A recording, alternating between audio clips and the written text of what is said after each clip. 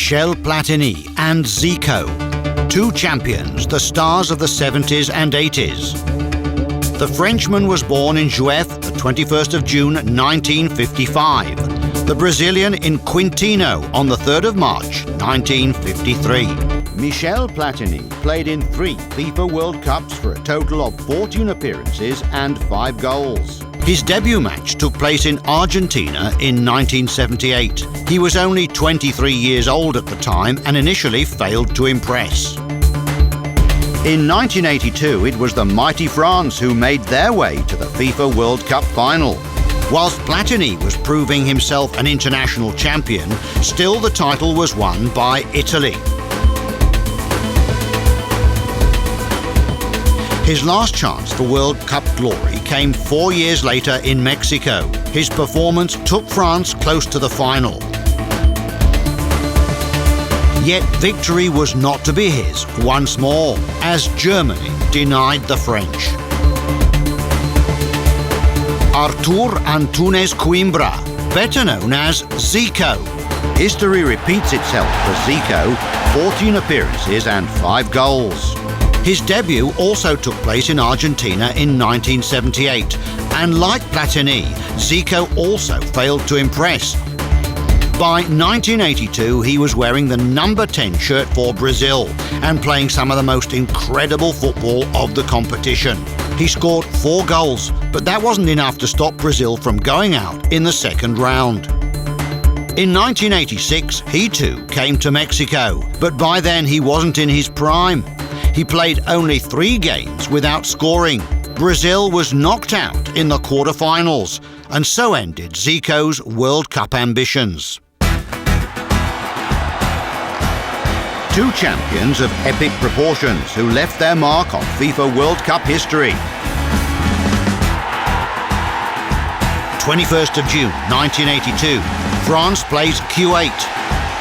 It is a beautiful sunny day, made brighter by a thunderbolt named Michel Platini, who in the 43rd minute makes FIFA World Cup history.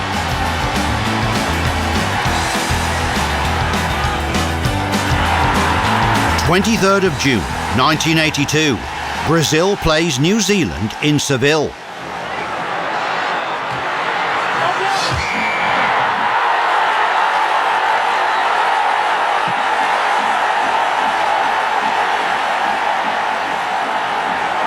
The South American flair of Zico was no more obvious than when he was taking a spot kick.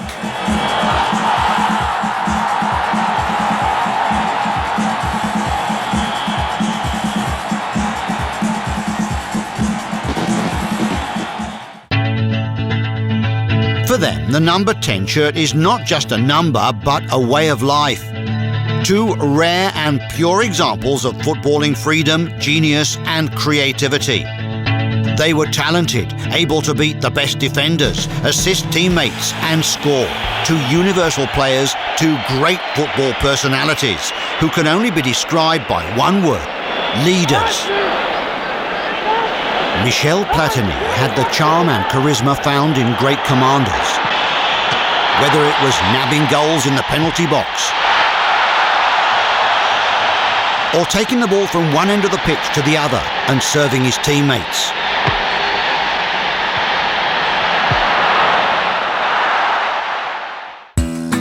Zico was fortunate in having great teammates like Socrates and Falcao, but it was his leadership which steered the team. He knew how to do everything, and he did it. He scored, and he led.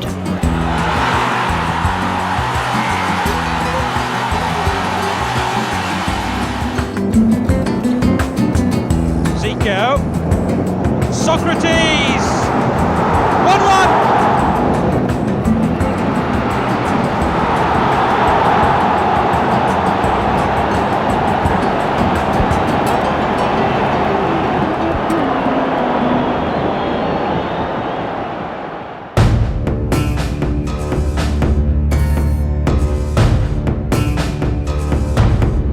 "21st of June 1986, quarter-finals in Guadalajara. Platini and Zico challenge each other for what promises to be a duel to the end. Platini starts on the pitch, Zico on the bench. Brazil gets off to a good start.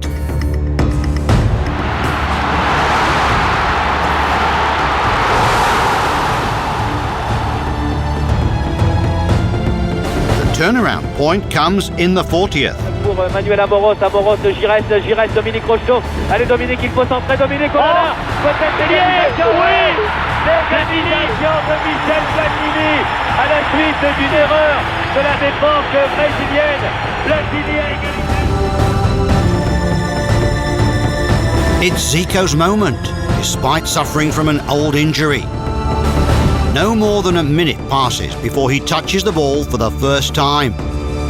He still hasn't got into the swing of the game. His muscles have not yet warmed up. Yet he doesn't hesitate for a second and goes directly to the penalty spot.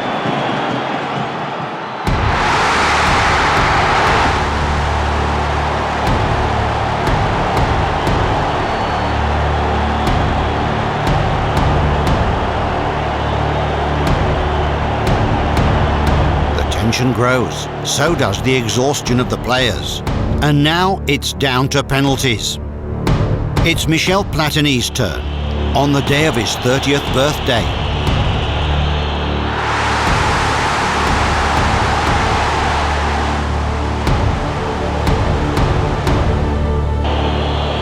Zico has his second chance, and he does not fail. In the end, it is France who goes through to the next round. France are in the semi-finals. Two champions who never got their world title. FIFA World Cup for them was a curse, and winning the cup remained nothing more than a dream. In 1986, Michel Platini was in his prime, leading a team of great champions. He was an inspiring leader both on and off the pitch, three-time winner of the Golden Ball. But as he came up for the second time against the German wall, so vanished his dreams of cup glory forever. Zico was the treasure of Brazil in 1982.